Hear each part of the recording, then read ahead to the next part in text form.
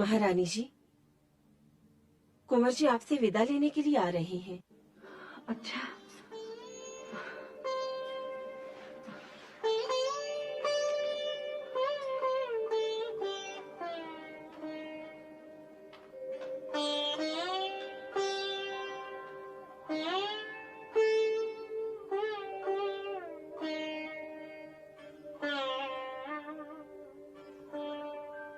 अब विदा दो माता।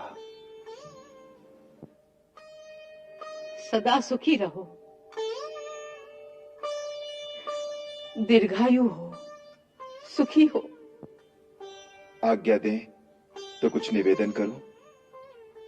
कहो राम, क्या है? मां, अब मैं अकेला रह गया हूं, इसलिए यदि मुझे इस योग्य समझें तो कुछ काल के लिए मेरे पास अयोध्या में आकर रहें। मैं आपकी सेवा भी कर सकूंगा और कभी कभी थक हार कर आपकी गोद में अपना थका हुआ मस्तक भी रख सकूंगा। मैं अवश्य आऊंगी राम, मैं अवश्य आऊंगी। तुम्हें देखने से मुझे तुम दोनों के दर्शन हो जाते हैं, इसलिए मैं तुम्हारे पास अवश्य आऊंगी। लक्ष्मण, उर्मिल को, मांडवी और श्रुतकीर्ति को कहना कि मां ने बहुत बहुत स्नेह भेजा है। सबका कर्तव्य है कि राजा और बड़ा भाई होने के नाते राम की सब सेवा करें।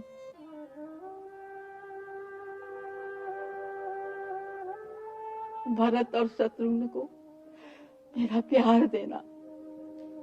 अच्छा मां।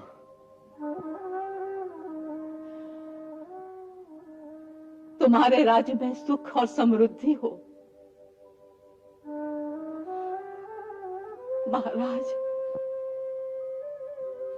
विदाई से पहले इन्हें कुल देवता के मंदिर में अवश्य ले जाना। अवश्य। आओ राम।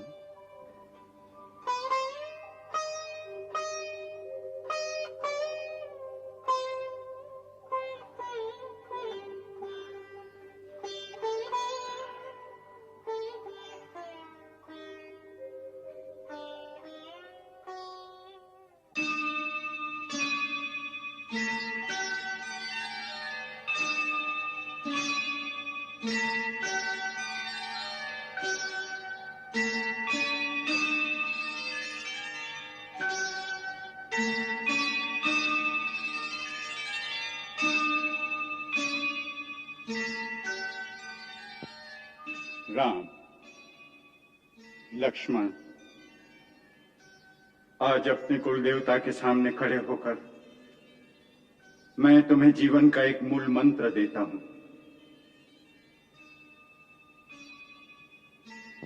राम, जीवन में शुक्ल पक्ष और कृष्ण पक्ष दोनों का आना अनिवार्य है।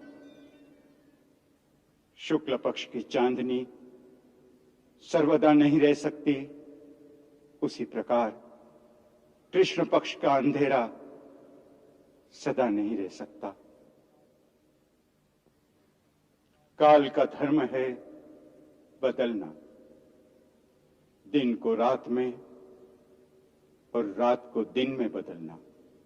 यही काल की गति है।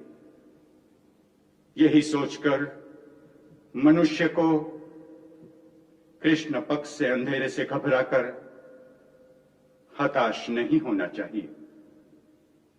सुख के पश्चात दुख तो आते ही हैं, परंतु इस दुख के अंधेरे में मानव को अपने धर्म के प्रकाश से रास्ता बनाना चाहिए। इसी को पुरुषार्थ कहते हैं। निराशा की धरती पर आशा के बीज बोने चाहिए। यही बीजारोपण भविष्य में फल देता है। यही मानव कर्तव्य है और यही मानव आदर्श। सत्य कहा महाराज जनक ने कि यही मानव कर्तव्य है और यही मानव आदर्श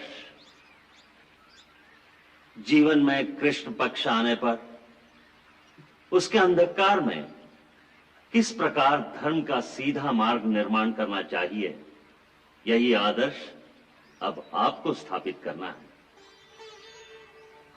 महाराज राम, आज सारा मानव समाज आपकी ओर देख रहा है, इसलिए आदर्श के नए नए कीर्तिमान स्थापित करने का उत्तरदायित्व अब आप पर है। निष्क्रियता त्याग कर अब आपको क्रियात्मक कर्म के पथ पर चलना है।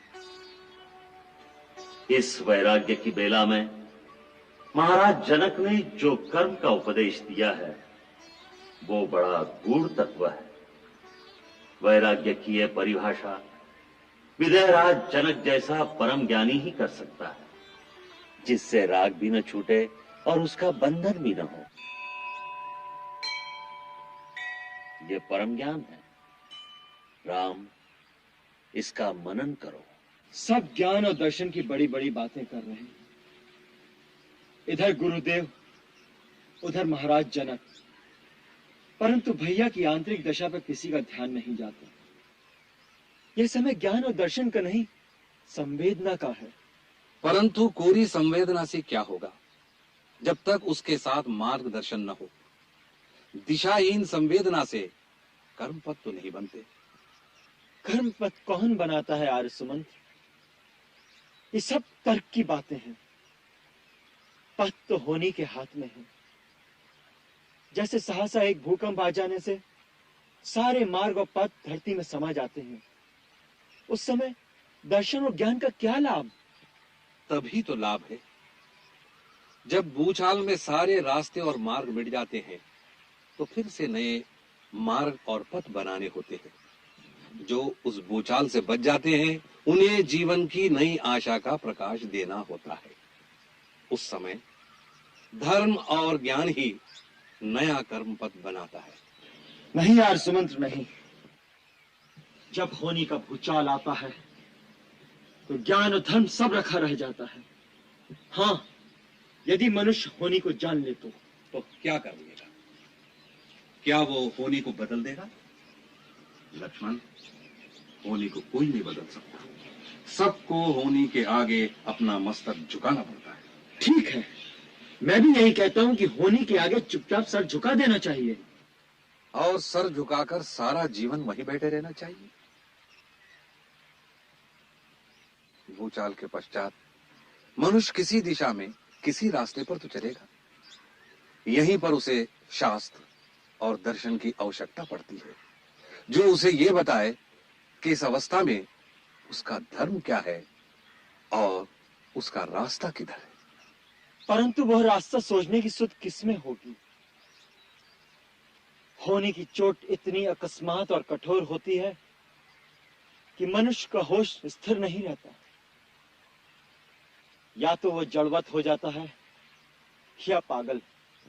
तभी तो गुरु की आवश्यकता है, क्योंकि गुरु न तो बेहोश होता है न पागल होता है। गुरु का ज्ञान हर अवस्था में स्थिर रहता है। यदि गुरु को इतना ही ज्ञान होता है तो होने से पहले उसका उपचार क्यों नहीं कर लेते? भाभी के वन जाने से एक दिन पहले तक यह जीवन सुख और स्मृति से भरा हुआ था। फिर अचानक जैसे एक बिजली गिरी और एक ही रात में सब कुछ हो गया। यदि गुरु को उसका पता होता तो गुरु क्या कर लेते? यही तो मैं पूछ रहा हूं। लक्ष्मण, जिन्हें पता होता है वो होनी के मामले में हस्तक्षेप नहीं करते। आप तो ऐसे कह रहे हैं जैसे किसी को इसका पता था। हाँ, था। पता था? किसे? गुरुदेव को। गुरुदेव को? हाँ, जब श्री राम को वनवास हुआ गुरुदेव को पता था। सीता को वनवास होगा वो भी गुरुदेव को पता था। स्वयं स्वर्गवासी महाराज दशरथ भी इन घटनाओं को जानते थे। क्या? पिताश्री जानते थे कि क्या कह रहे हैं आप? आपको इसका ज्ञान कैसे? क्योंकि जब महाराज दशरथ को यह बताया गया था तो उस समय मैं भी वहां उपस्थित था। कहां पर? गुरुदेव महर्षि वशिष्ठ के आश्रम में। एक बार महाराज दशरथ गुरु के आश्रम में पधारे थे। उस समय वहां पर परम तेजस्वी महर्षि अत्रि पुत्र महामुनि दुर्वासा वहां ठहरे हुए थे। सायंकाल की गोष्ठ में महाराज ने उनसे पूछा, भगवान, आप तो त्रिकालदर्शी हैं, मुझ पर प्रसन्न होकर यह बताने की कृपा करें कि मेरा वंश कितने समय तक चलेगा, मेरे राम का भविष्य कितना उज्जवल है, मेरे सब पुत्रों की आयु कितनी होगी और मेरे पुत्रों के पुत्र कैसे होंगे। विशेष करके मेरे राम के पुत्रों का भविष्य बताने की कृपा करें।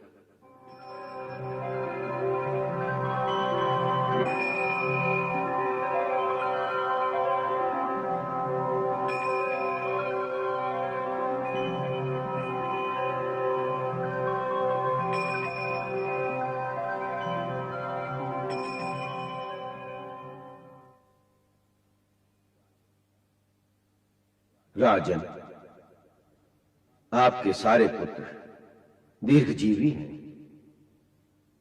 सबके घर उत्तम संतान होगी, जिसमें कई नए नए राजवंश स्थापित होंगे। आपने विशेषतः राम की बात पूछी है, तो सुनिए। राम का भविष्य अधिक सुखमय नहीं है। वो अपनी युवावस्था में ही राजसुख से वंचित होकर पत्नी सहित 14 वर्ष वन में रहेंगे। जब राज्य सुख पाएंगे तो पत्नी सुख से वंचित हो जाएंगे। पति पत्नी दोनों एक दूसरे की विरह में ही अपना अपना जीवन व्यतीत कर देंगे। उनके 2 पुत्र भी होंगे जो बड़े पराक्रमी होंगे। दोनों नए राज्य स्थापित करेंगे। राम उनका अभिषेक अयोध्या से बाहर करेंगे, अयोध्या में नहीं। क्या?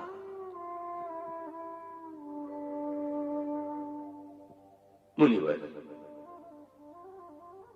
राम तो मुझे सबसे अधिक प्रिय है। मेरे उसी पुत्र के भाग्य में इतना दुख क्यों?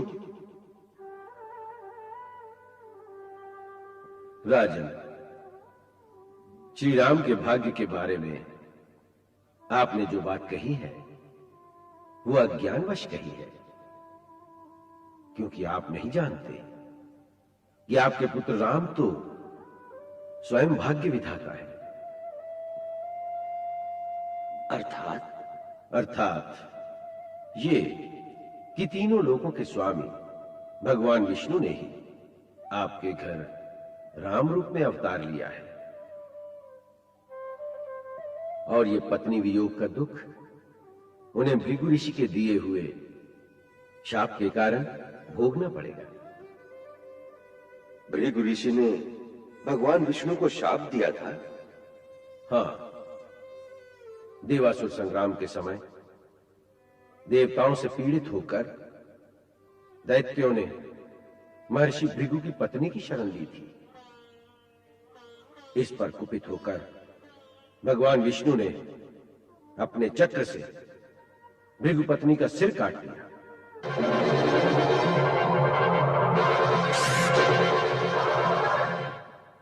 इस पर भार्गव वंश के प्रवर्तक महर्षि भृगु ने भगवान विष्णु को श्राप दिया। जनार्दन, मेरी पत्नी वध के योग्य नहीं थी, परंतु आपने क्रोध के वशीभूत होकर उसका वध किया है। इसलिए आपको भी मृत्यु लोक में जन्म लेना पड़ेगा और वहां बहुत वर्षों तक पत्नी वियोग का दुख सहना पड़ेगा।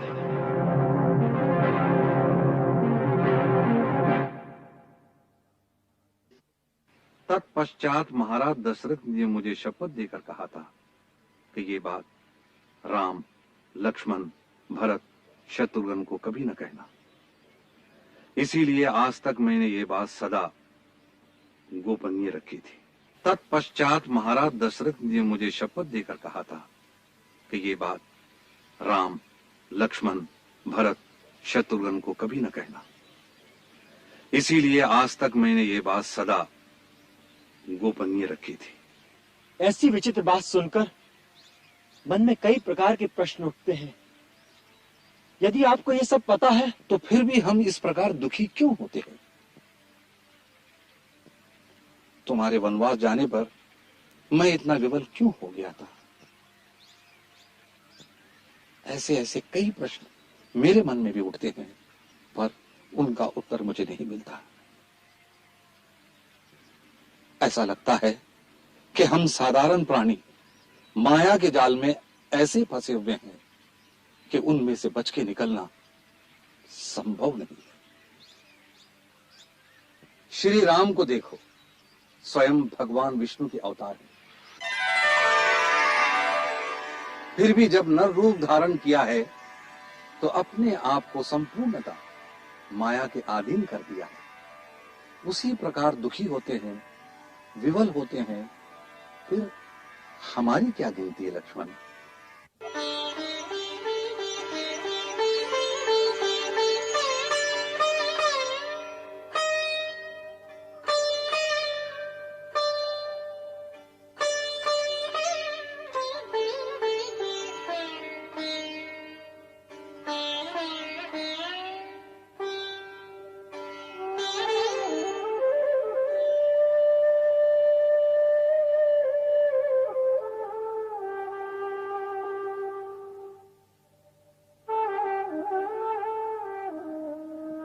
क्या बात है लक्ष्मण?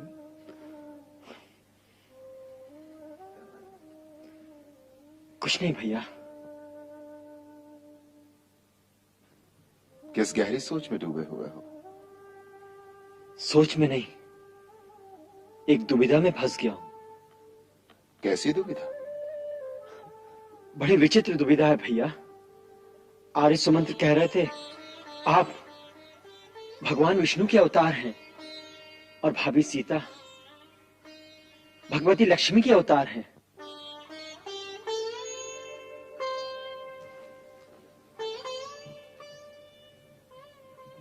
आर्य सुमंत्र ने केवल इतना ही कहा कि मैं भगवान का अवतार हूं।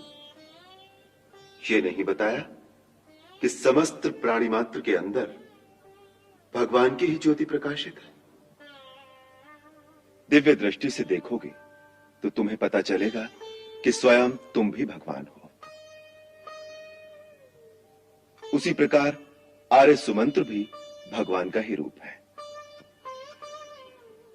देखो, जैसे बहुत से घड़ों के अंदर यदि पानी भरकर रख दो तो उन सब के अंदर एक ही सूर्य का प्रतिबिंब प्रकाशित होता है। वही सूर्य बाहर आकाश में भी है और वही सूर्य प्रत्येक घट के अंदर भी है। जब ये जान जाओगे तो सारी दुविधा मिट जाएगी, फिर कोई प्रश्न नहीं रह जाएगा। प्रश्न इससे आगे भी है भैया। आर्य सुमंत्र पहले से जानते थे कि सीता भाभी को फिर वनवास भोगना पड़ेगा। उनका कहना है स्वर्गीय पिताश्री को भी इन सब घटनाओं का पूर्ण ज्ञान था। उन्हें महर्षि दुर्वासा ने सब बता दिया था। यदि उन्हें भविष्य का इतना ज्ञान था तो उनके मन को इतनी पीड़ा, इतना महान दुख क्यों हुआ? क्योंकि यही इस शरीर का गुण है। इस शरीर के अंदर जो मन है वही दुख और सुख, पीड़ा और प्रसन्नता की भावनाओं का वाहन है। और माया हर प्राणी की परीक्षा उसी मन के द्वारा लेती है। भविष्य का ज्ञान होना या न होना कोई बड़े महत्व की बात नहीं है। योग की साधना से कोई भी प्राणी त्रिकालदर्शी हो सकता है। भैया, मैं तो समझता हूं भविष्य का ज्ञान होना बहुत महत्वपूर्ण बात है। आगे क्या होना है यह जानने की लालसा तो सब में होती है। प्राणी के लिए इतनी बड़ी बात महत्व की नहीं होगी तो फिर कौन सी बात बड़े महत्व की होगी? सबसे बड़े महत्व की बात है कि दुख और सुख के समय प्राणी कैसा व्यवहार करता है। वो भावना की चोट सहकर भी अपने धर्म, अपने कर्तव्य पर स्थिर रहता है कि नहीं।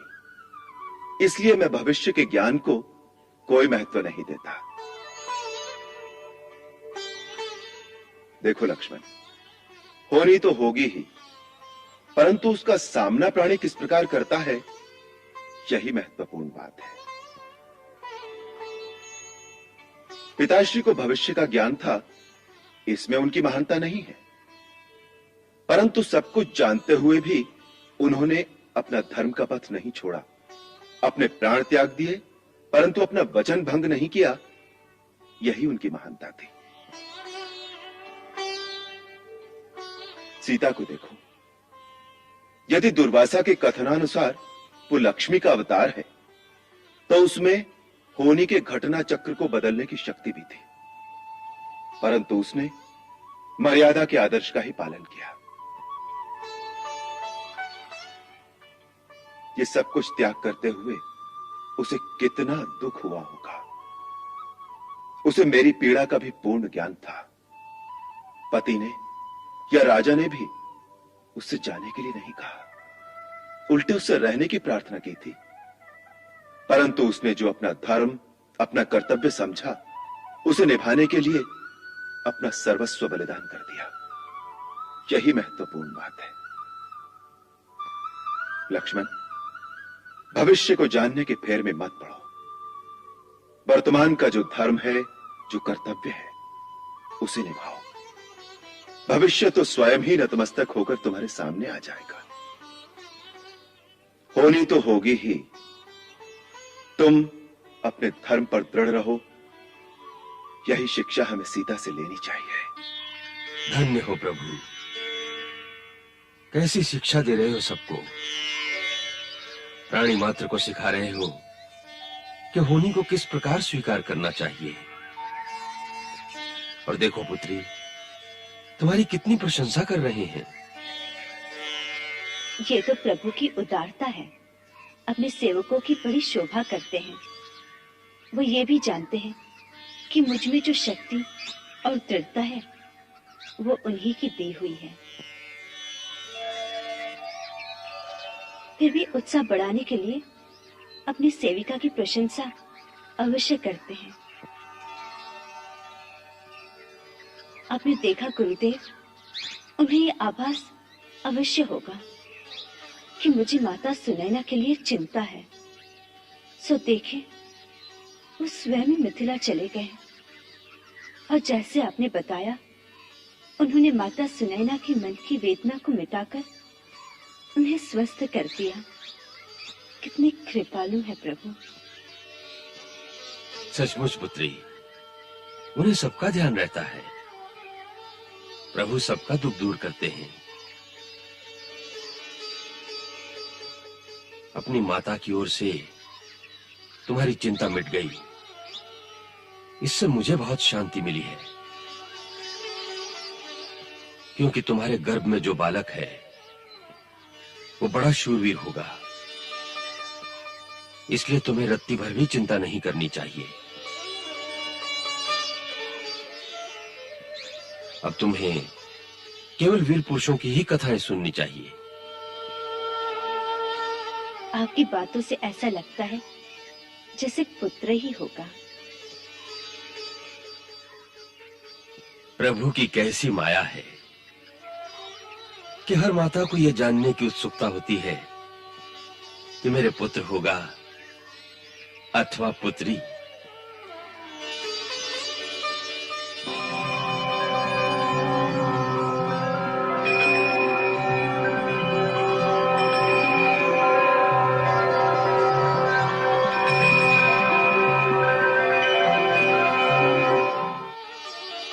अवश्य पुत्र होगा।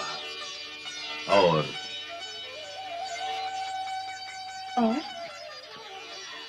2 पुत्र होंगे, जुड़वा।